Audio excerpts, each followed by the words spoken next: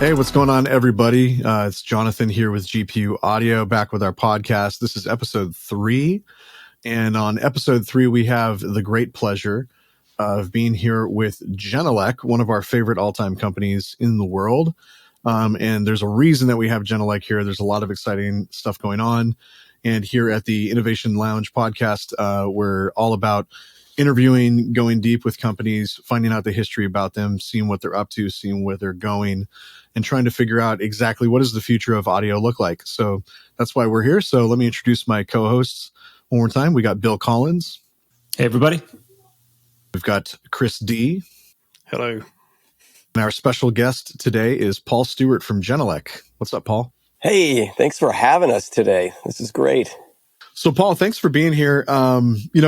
Everybody who's been listening so far pretty much knows who we are, over at GPU Audio, but we want them to get to know you a little bit. So, I think everybody is aware of Genelec because it's one of the world's biggest brands in terms of audio. And what I love about Genelec and what I hope that we can get into today is the idea that you guys are celebrating your 45th anniversary and still somehow being a legacy company and the most progressive company in terms of tech at the same time.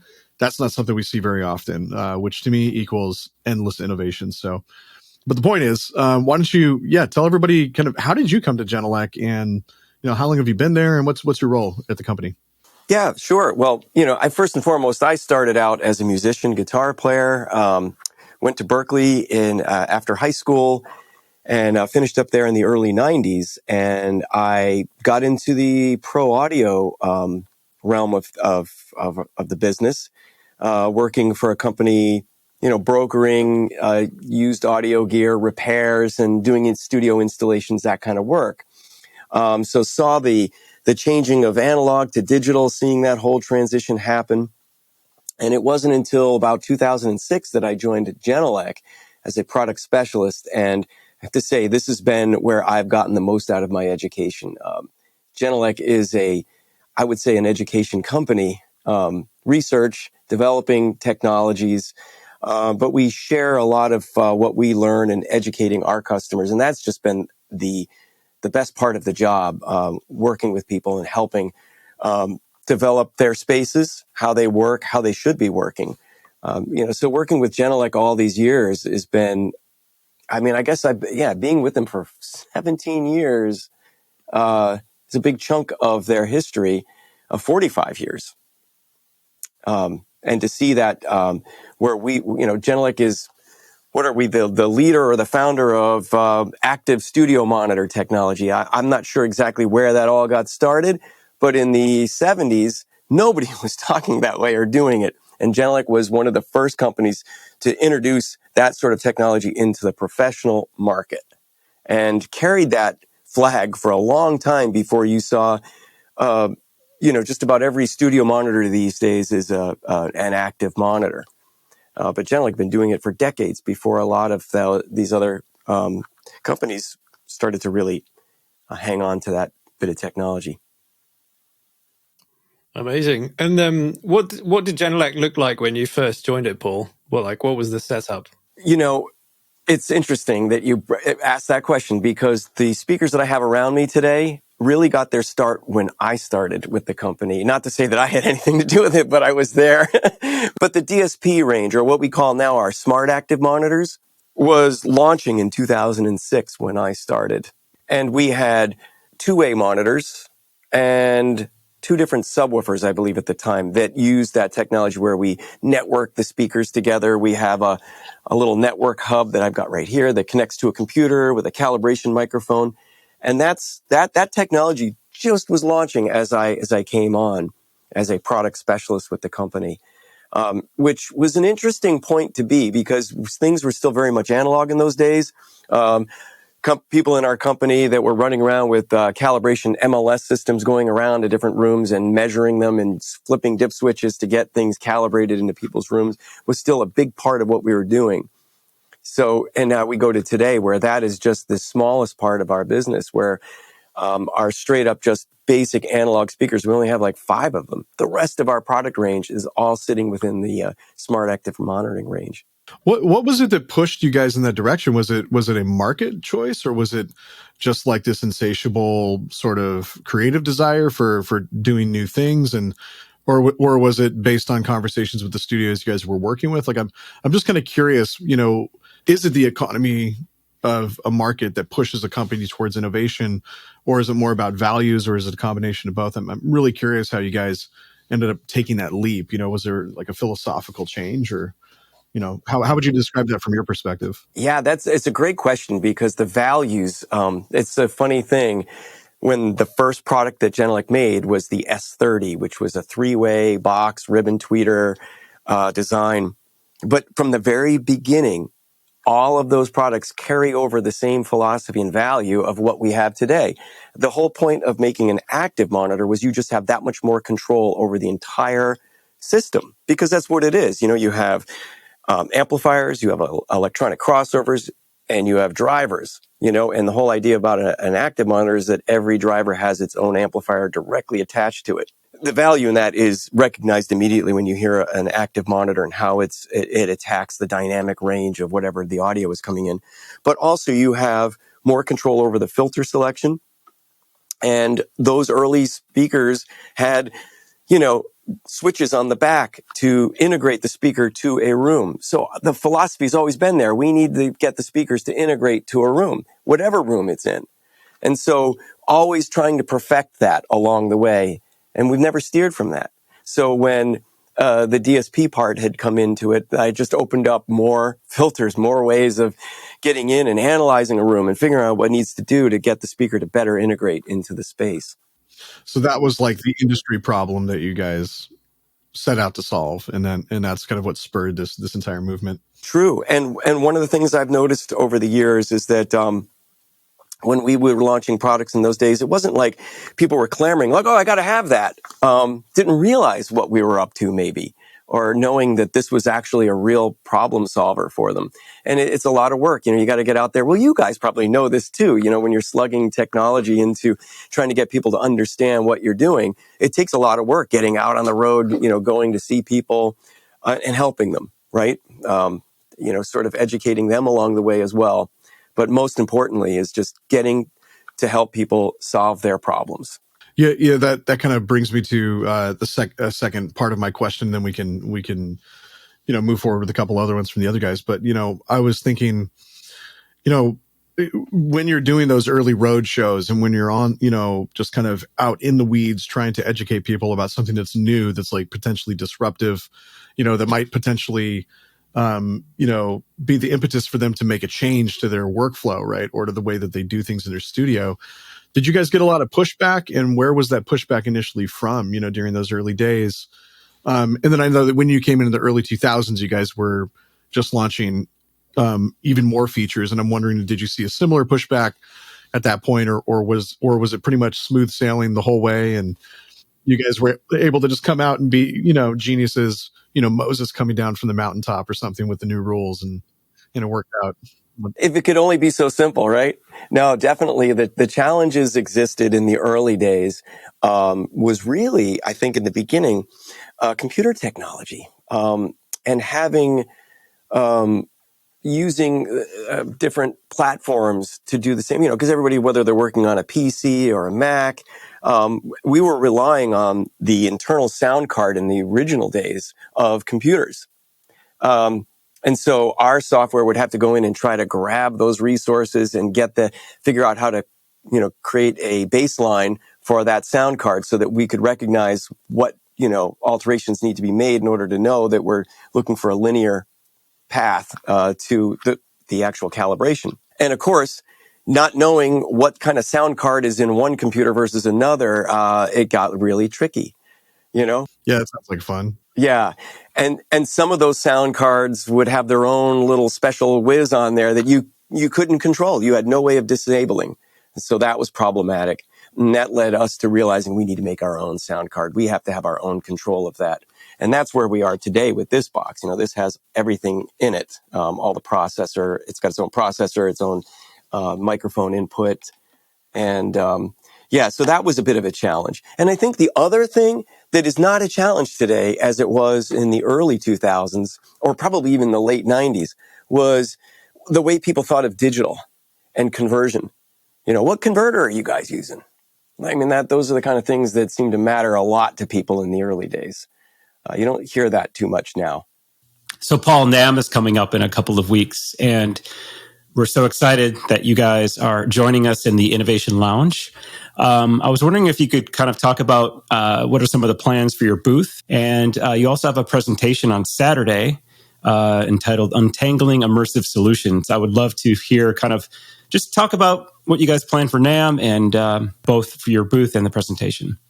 Sure. And thank you guys, first of all, for having us join you into the lounge, because the whole concept of the lounge I thought was just great, as, no pun intended, but it was innovative, right? Seeing these different companies that are doing things outside of the standards that you see out there. And just like more than that, but just getting to know what other companies are working on and how they're developing their technology. So I'm happy to be a part of that. And knowing that this was going to be sort of more of an experience lounge. The idea is to kind of experience what's going on rather than just being your traditional booth.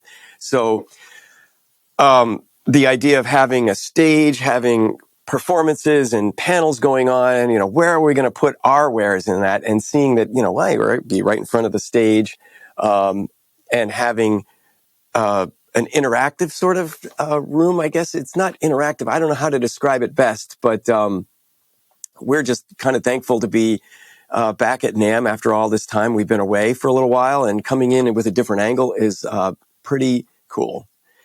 So we decided to bring some heavy equipment into the Innovators Lounge. We'll have our 8361s up front with some 51s and basically the ones, what you see in this room here. And having the untangling, as you asked, the untangling of immersive solutions. Now, unfortunately for me, I won't be there for that presentation, but Will Eggleston from our office will be presenting that. And he is the guy you want to have on that, because he is sort of my mentor. He's been here a lot longer than I have. And, seeing how he brought me into Genelec and learning from him, I think it's great to have him there. So his whole idea is to be a part of this untangling. When people are thinking about going immersive, whether it be Atmos or whatever, where does the speaker fit in this, and where do you consider your options there? So looking at it from the speaker's perspective, how do you choose the right speaker? How do you choose where it goes? So there's quite a bit of stuff there that he'll be talking about that's going to be pretty informative for sure. Yeah, I'm really looking forward to that talk in particular. I think that's going to be really cool. And not ironically, I mean, your system that you're doing, the Innovators Lounge or the Innovation Lounge is powered by Genelec essentially, because we have this entire immersive audio solution built into the room that everybody else gets to take advantage of, right? And I think that's what I was really impressed by you guys as a company, was just kind of like your willingness to not just come and present a product like, here's a speaker on a stand with the God rays coming down from heaven on it, and trying to sell some stuff, because everyone knows that it's hard to sell things at NAMM since they don't let you walk out of the building with things, which is totally sad. But being a part of the fabric of the experience itself has unlocked a lot of opportunities for other people. So just your presence there in general is making room for the performers, for Richard Devine, for Battery, for all of the, amazing spatial audio samples and solutions that are being premiered by some of the other startup companies in the room, like Mach 1. There's a company called Mach 1 that they have an engineering Q department, which is their content studio, that's going to be playing back like a whole, sort of like a library of different songs and pieces that they've mixed immersively. So having that system there, it's more than just like, being a sponsor. It's being part of, I'm like killing myself with the buzzwords already, innovative or immersive, like whatever, right? It's just like, full immersion, saturation in the moment, and what we're hoping what we can achieve together, with all of the different sponsors that will be there hanging out, is just this sort of accessibility of creative information about what the future of technology is and where we can go with audio, right? Like I'm a strong believer that we prophesy the future of audio. We don't just observe it. It's not something that just happens and then we try to, chase the tail of whatever is coming, right? It's leaders like Genelec or like the people from Splice or, the other companies that are going to be hanging out there as sponsors that they have a vision, they share it with the world, and then it's up to the rest of us to kind of like pick up on that vision and figure out what we can do with that. And for me, I feel like Genelec's been really cool in that sense also because I remember right when COVID happened, a guy that I know who's good friends with a cinematographer who's in my network, he bought a Mercedes Sprinter van and built an immersive audio mixing studio for broadcast for, I think it was Staples Center or something like he's doing a bunch of broadcasts at basketball games and stuff. And he was like, holy smokes, I'm going to lose all my work.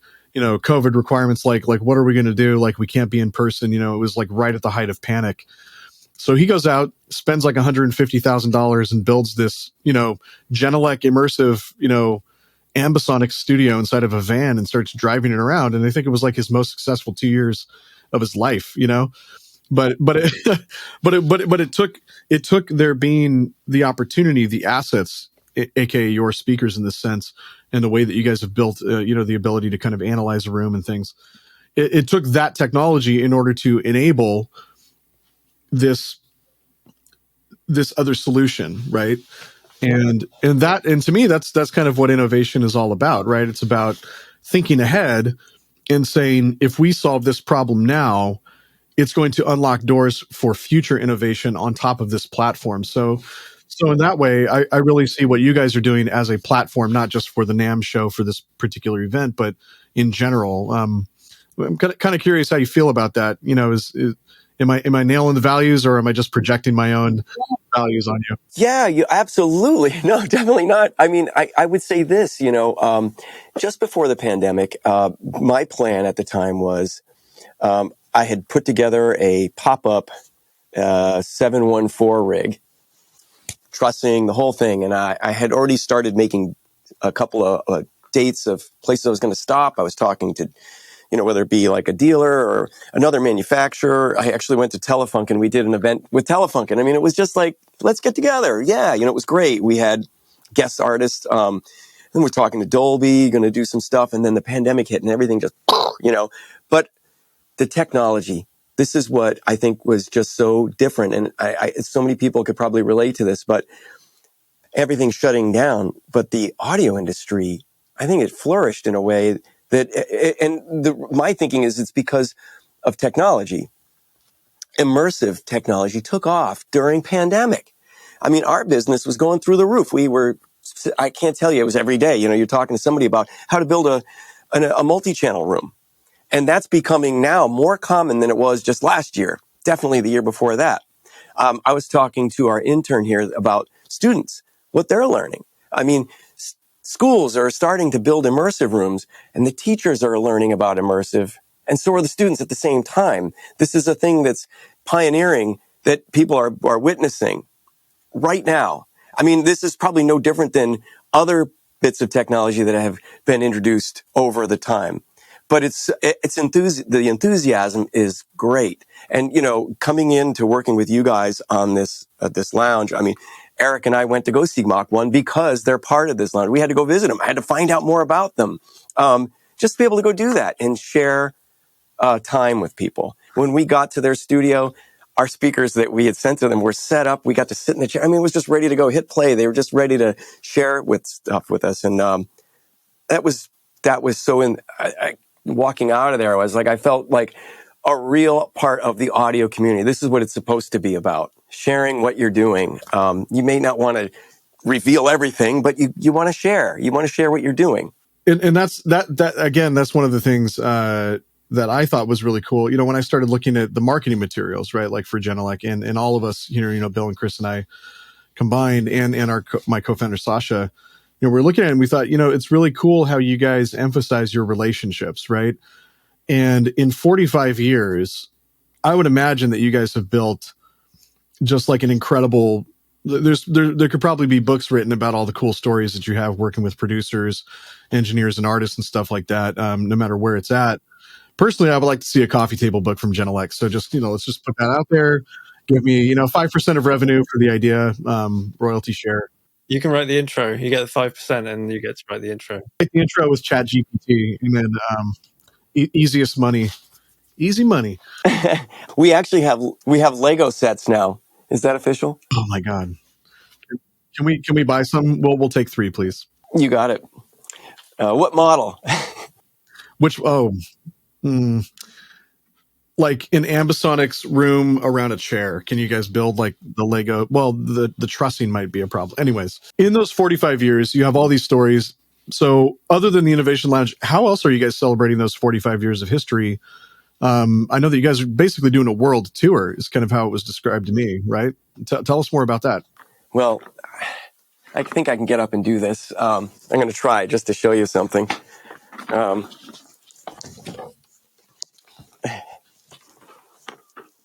I mean, come on, right? We've got the world tour T-shirts ready to go. I mean, our plan is a globally initiative with the companies to get out and about and celebrate this stuff. And I think what you had brought up was, and I started to talk about this, we've done our anniversary books before, and they kind of focused more on Genelec. But I think focusing on the people that we've worked with is something that it just can't be denied. The people that we talk to on a daily basis, I've been floored by some of the artists that have sent us their ADM files to listen to their immersive mixes and ask what we think. It's great to be a part of that. It's a new world for sure. I think like just where things are going, where we're heading. It's so many things that hard to put a finger point on. Just from what happened a few years ago when things started going into the immersive, and where our technology was primed and ready for that, and where it can go. I mean, I've learned to stop trying to predict. That's probably a good plan. So I guess the follow-up question that Chris is going to ask about the next 45 years, it's probably hard for you to answer if it's hard to predict, right? Well, let me think about that for just a moment. If you know what we've done with our technology, where we've always been about, we build a product and then we replicate it in various different sizes, because it's always about where, the distance of a speaker is, how loud it needs to be, how far, the distance. We've added more speakers. We've got our coax, the ones, where we've added, now we've got these 3-ways. They're compact. The smallest one is really small. And that blew my mind. Like when I first thought about it, I'm like, why? But then how? And I haven't seen anything else like it. With our PoE speakers, we have that where everything's powered over the Ethernet. And where Genelec is going, you start to see Genelec in museums, in restaurants, in bowling alleys, all these different places where you'd never think you would see that name. Where's the next moon station going to be built on the moon? Like, are there going to be Genelecs in there? Maybe. I don't know. That's good. Yeah, that's a good question. Chris, if there's one place you haven't seen a Genelec set up, where would you want to see it?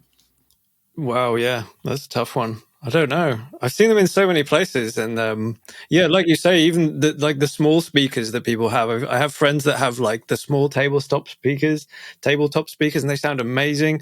And I have friends with like professional studios who've got like really big Genelec speakers in their rooms, and equally they sound amazing. I don't know. Yeah, another planet, I guess. Yeah, Mars, obviously. I've got an idea. Actually, you sprung an idea, Chris, because what you said reminded me of. There's this really great group on Facebook. I know it's like old, like old people stuff at this point, Facebook. But like, I was on Facebook the other day. On Facebook, and there was this guy who had an SKB case or like a Pelican case, and he cracked it open, and he had built foam and some sort of wood frame, and he had mounted a laptop with an interface behind it, vented on the back, with 2 of those tiny little Genelecs embedded into the back of it. So this guy has a Pelican case that opens up, and it's like a mixing studio inside of a case. He doesn't even have to take it out, right? And the case itself was just thick enough that it, provided a platform. So when he sits down at a desk, he can comfortably, type and everything. And it was, I thought that was really cool. I'm curious, like, is there sort of a more modular future, more of a Lego mentality, to Genelec, or is there, in your mind, Paul, I know, is there too many limitations due to the way that you guys have to process, sound with the shape of the cones and the, wave shapers and stuff to make that happen? We lend ourselves well to innovators, people that want to do things like that.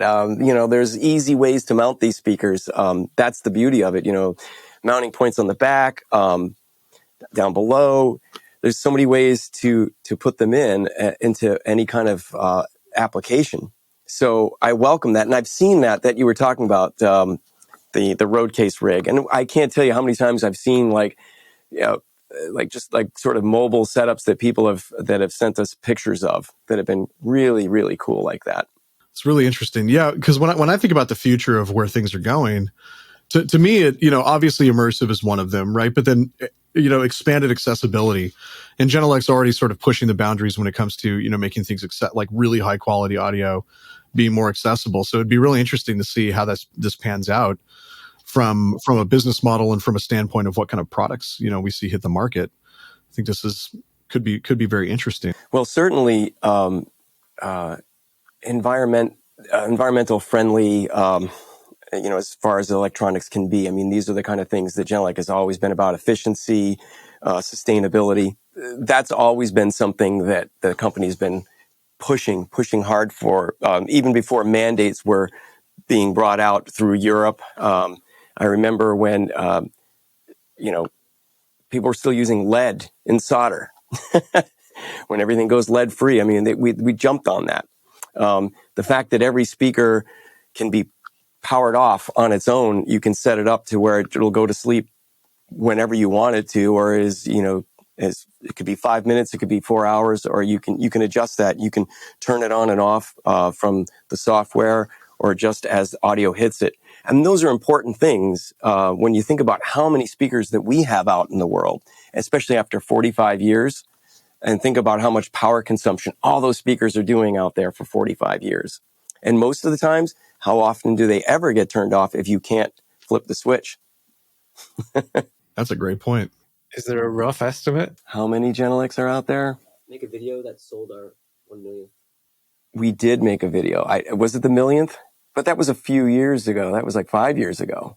That sounds amazing, though. Yeah, I would venture to say there's millions, right? I mean, the thing is, all right, being a premium speaker, you would expect that maybe like cheaper speakers, you see more of them out there, right? I don't know. And how long are they out there? But speakers that last a long time, I mean, that's the whole point of the sustainable product, right? Is how long it lasts. So the shelf life of these things lasts an awfully long time, even to the point where even after its life cycle has ended, we're still supporting so many speakers out there. The classic 1031, even things that are older than that. As I mentioned, the S30. I mean, we still have customers that just, oh my God, my S30, where do I send it? You send it to us, because we're the only ones that take care of it the way you're supposed to. We still make sure that it's back to factory spec. Everything is encouraged to come back here for repair. I forgot where this question was asked in the beginning, but I somehow led it to that topic because that was on the tip of my brain the whole time. Just the sustainable part, how important that is. All these different aspects of being a manufacturer that you have to consider if you want to be around for a long time. Did you say you had a video which was about the millionth speaker? Is that what you were discussing? We didn't have a video of it. I think we made the announcement of it. And I think it was an 8351A, right? I think it was the millionth speaker. Where is that millionth speaker? And where is that millionth speaker? That's a good question. He just said the same thing you said. It's a good question. Do you have what is it on? Is it on social media? It's on YouTube. It's on YouTube? Yep. Just if you search millionth Genelec. Search millionth Genelec on YouTube. We'll have to drop a link to that video in our description. It's very interesting. Millionth Genelec mannequin challenge. Is that it? It might have been. Is it a white Genelec? No, it's not white. That's not white. You got the wrong video. Oh my God! Don't use that one. What video was that? It says mannequin challenge. Mannequin challenge. Oh yes, that was another one. Oh, that wasn't. That is also related, I think. Sorry, we're really happy to be part of your 45th anniversary celebrations, Paul. Genelec's an amazing company, you know, world renowned, some of the best like monitoring speakers in the world. So yeah, we're really happy to have you as part of the Innovation Lounge for sure. Well, I appreciate it. I mean, it was just like we really didn't know what we were going to do about NAMM. We hadn't been doing any trade shows, so when you guys came to us, it added a whole new enthusiasm to doing a trade show. I kind of got used to not going to shows, to be honest. but if you're going to go to a show, if you're going to put on a show, you got to put on a show. You know, You got to go big or go home. That's the way that's how we roll. Well, cool. Paul, thank you so much for being with us today. And we're really excited to see you and the team in a couple of weeks. And the Innovation Lounge is going to be really special, I think. We have a stage with a cool LED wall, and we'll have Splice and Mantra and Mach 1 and Cosmo and Harmonize, some really cool cutting edge companies. Oh, VSL. Yeah. Sorry. Vienna Symphonic Library will be in the house. It's going to be a great show. It's going to be great, guys. And also all that content that we're going to create. So even people that aren't going to the show at some point will have an opportunity to see just what we're all talking about here. Absolutely. Exactly. Cool. Yeah. We'll see you on a call soon.